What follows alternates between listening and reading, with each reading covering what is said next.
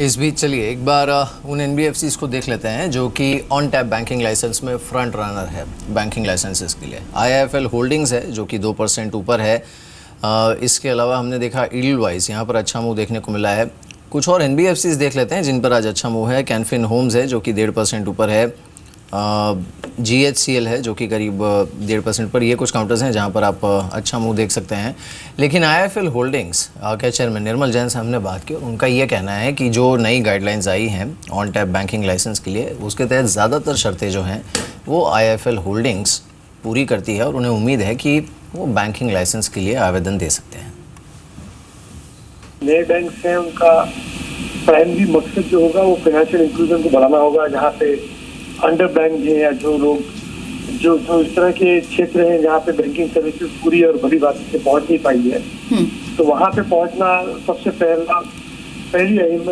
पहली प्रायोरिटी है। तो और उसमें कोई जैसे हमारी जैसी कंपनियां एनबीएफसी बहुत सारी ब्रांचेस ऑलरेडी ऐसे रूरल अंडरसर्व्ड सेगमेंट में है, तो मैं समझता हूँ कि वो वैसे ही होना चाहिए, क्योंकि इस समय बड़े बड़े शहरों में काफी बैंक हैं, वहाँ पे बैंकिंग सर्विसेज की कोई शॉर्टेज या कोई जरूरत नहीं है। तो ये सब बातें जो है वो ठीक नहीं है। पहली बार ऐसा हम देख रहे हैं कि इंडिया में ये प्रैग्मेटिक कदम और जो रिफॉर्म का कदम उठाया गया है वो काफी सराहनीय है। और हाँ, इससे मतलब इमीडिएटली अगर कुछ 5 साल या 10 साल तक देखें तो ये जो पूरे देश की जो ग्रोथ है उसको सपोर्ट करने के लिए बहुत ही अच्छा कदम होगा।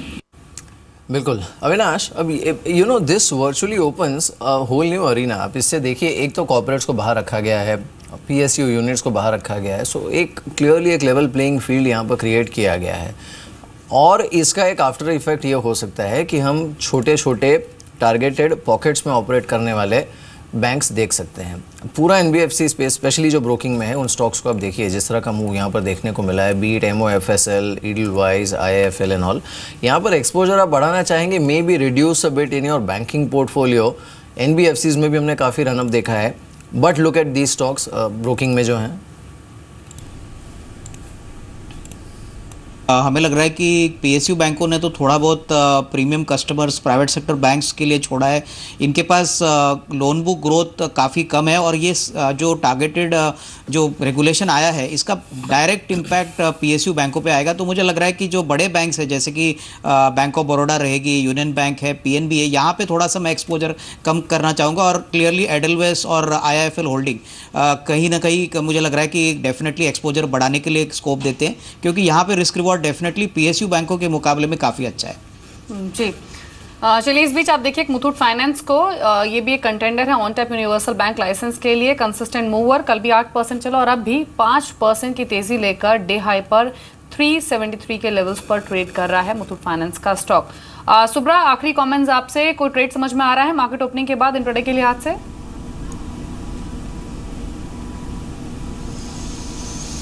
दीपक, आई थिंक ओएमसीज में अभी भी अच्छी खासी एक मोमेंटम आ सकती है, क्योंकि कल अगर आप देखें तो अंतर्राष्ट्रीय बाजार में हमने क्रूड की गिरावट देखे तो, और वैसे भी अगर आप देखें तो HPCL, BPCL अच्छी खासी मोमेंटम में है। तो आई थिंक यहाँ पर एक HPCL जो ऑलरेडी एक मोमेंटम में है और मेरा मानना है कि शायद यहाँ पर अभी भी अपसाइड पोटेंशियल है और शायद एक 1300 तक जाने की क्षमता रखती है। तो एक ट्रेड आई थिंक यहाँ पर इस लिहाज से ले जा सकती है। जी, इस बीच सुब्रा, शुक्रिया हमारे साथ इस बातचीत में शामिल होने के लिए। मिड कैप के जो मोमेंटम स्टॉक्स हैं उनको देखते हैं जहां पर अच्छा मूव इस समय देखने को मिल रहा है। इसमें एक तो भारत फाइनेंशियल इंक्लूजन को एक बार देख लेते हैं। इस काउंटर पर करीब 5%, 5.5% का ड्रॉप देखने को मिला है। आज सेलिंग प्रेशर था भी यहाँ पर, तो ये करीब 5.5% नीचे इस समय ट्रेड करते हुए। कुछ और स्टॉक्स जिन पर अच्छा मूव है इस समय ऑन दी अपसाइड, उसमें बजाज फिनसर्व है करीब 3% ऊपर, टॉरेंट पावर 2.5% ऊपर है, टाटा कम्युनिकेशंस 2% ऊपर है, जुबिलेंट फूड वर्क्स और सन फार्मा एडवांस्ड, ये कुछ काउंटर्स हैं जहां पर अच्छा मूव है। करीब 1.5% ऊपर सन फार्मा एडवांस, DCB बैंक और डिश टीवी, ये भी कुछ काउंटर्स हैं जहां पर अच्छा मूव देखने को मिल रहा है। अविनाश, आपका भी शुक्रिया हमारे साथ इस बातचीत में शामिल होने के लिए। Thanks for joining us. TS Hari R now joins us. Hari, morning to you. शुक्रिया इस बातचीत में शामिल होने के लिए। So now you know the D-Day is almost here. कल GST पेश होगा, CLSA की एक रिपोर्ट भी है and it's quite supportive in fact. अब क्या करना चाहिए, because GST is here, domestic funds have been selling, but FIs का पंपिंग अभी भी चल रहा है मार्केट में, थोड़ी और अपसाइड है।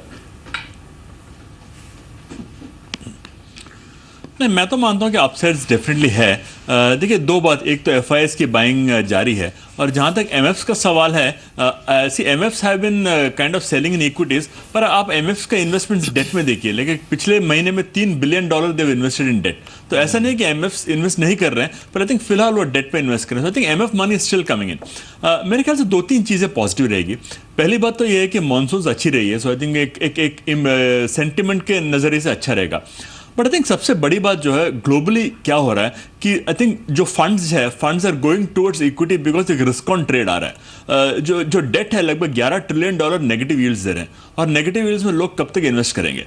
तो मेरे ख्याल से दुनिया में सारे मार्केट्स देखिए ऊपर जा रहे हैं, क्योंकि there is a risk on trade towards equities, और मेरे ख्याल से बिकॉज ऑफ दैट इंडिया में भी फ्लोज आएंगे, इंडिया में भी इन्वेस्टमेंट्स होगा। आई थिंक अगले 1-2 महीने में हम शायद 9,000 देख सकते हैं निफ्टी में। आई डोंट थिंक कोई खास करेक्शन की उम्मीद की जा सकती है। We may have intermittent corrections, but I think this market looks poised to touch 9,000 from here.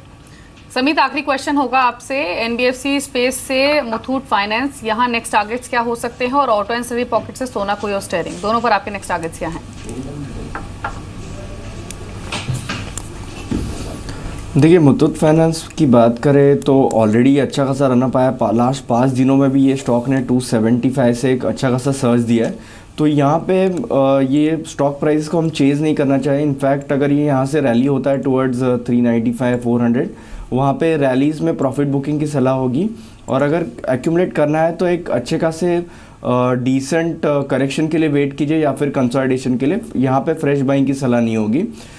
दूसरा, आपने जो बात किया सोना का, ये स्टॉक में रिसेंटली आपने एक अच्छा खासा कंसोलिडेशन देखा था, बट यहाँ पे ज़्यादा हम क्लोजली ट्रैक नहीं करते, तो इसमें इतना कन्विक्शन नहीं आता है कोई भी व्यू देने के लिए। तो फिलहाल विल वेट एंड वॉच। अगर ये स्टॉक में जब भी डेली और वीकली बेसिस पे एक अच्छा खासा प्राइस डेवलपमेंट होगा, तभी हम इसमें कोई भी पोजीशन रिकमेंड कर सकते हैं।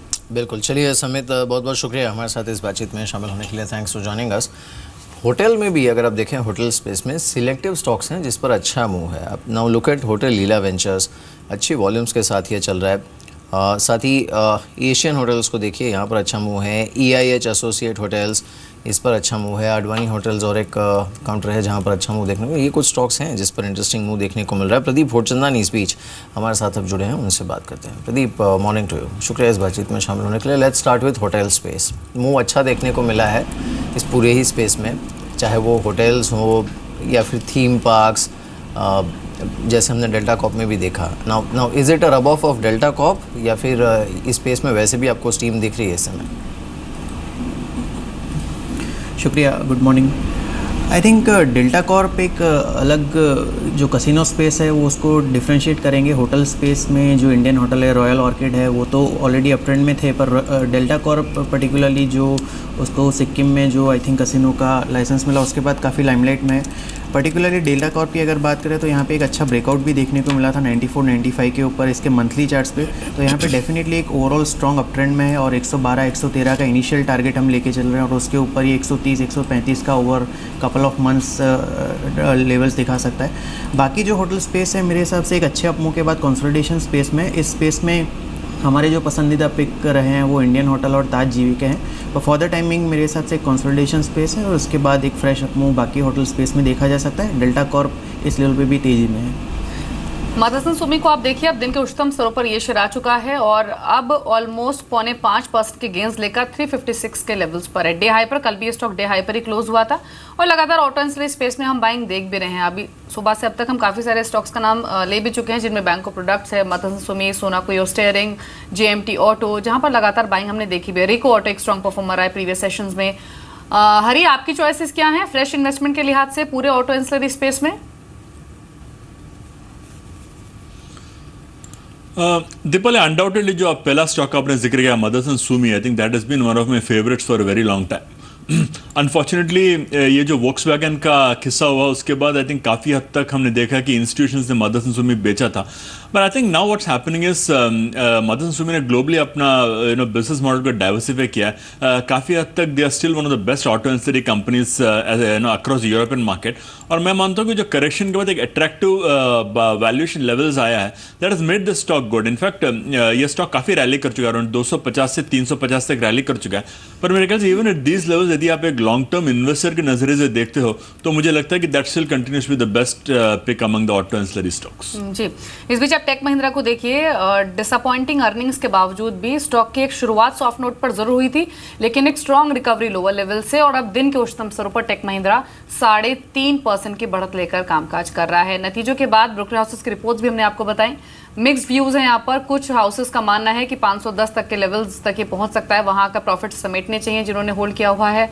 और कई इंस्टीट्यूशंस का मानना है 600 प्लस तक के भी टारगेट्स दिखा सकता है। हरी, आपकी स्ट्रैटेजी क्या है टेक महिंद्रा, और जो reaction post week earnings stock में दिखाया उसे आप कैसा देख रहे हैं?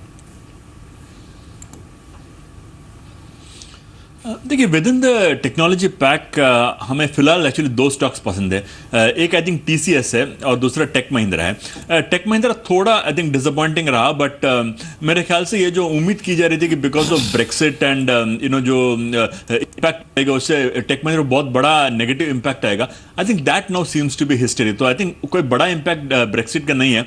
जो ग्लोबल टेक स्लोडाउन उससे डेफिनेटली ये क्वार्टर में इंपैक्ट पड़ा है, but I think among the tech stocks, जैसा मैं कह रहा था, TCS और टेक महिंद्रा ये दो स्टॉक्स ऐसे हैं जो ये लेवल से उनको अच्छे लग रहे हैं। इस बीच आप देखिए हाउसिंग फाइनेंस का पूरा स्पेस कितना अच्छा अट्रैक्शन दे रहा है। ग्रो फाइनेंस काफ़ी अच्छे वॉल्यूम्स के साथ 4.5% ऊपर, आज के टॉप गेनर्स में से एक। और इनफैक्ट बाकी भी जो काउंटर्स हैं स्पेस के उसे भी अगर आप देखें तो रुझान ओवरऑल पिछले 3-4 हफ्तों में इंटरेस्टिंग ही रहा है, not necessarily today's move. Hari, grow finance कैसा लगता है आपको? No, I think it's a very good space. HDFC का स्टेक भी है, बट इवन अदरवाइज यदि आप ओवरऑल हाउसिंग फाइनेंस स्पेस देखोगे, I think that's very interestingly poised. Actually हुआ क्या है कि आप बड़े बड़े मार्केट्स देखोगे, जैसे बॉम्बे है, जैसे NCR रीजन है, जैसे बैंगलोर है, यहाँ पे काफ़ी हद तक इन्वेंट्री बढ़ गया। और because of that I think थोड़ा पिछले 3-4 क्वार्टर्स में हमने देखा कि लेंडिंग में स्लो डाउन हुआ है। आई think that is bottoming out, और जब ये बॉटम होकर बढ़ेगा तो I think companies like grow finance will be the biggest beneficiaries, क्योंकि वो they are present across markets, एक डाइवर्सिफाइड पोर्टफोलियो है। तो I think even at this levels मुझे ग्रो फाइनेंस डेफिनेटली अच्छा लग रहा है। जी, फार्मा स्पेस में हमने छोटे फार्मा स्टॉक्स में तो लगातार बाइंग देखी है, लेकिन अभी आप देखिए सन फार्मा को डिहाई पर अगेन ही आ चुका है स्टॉक।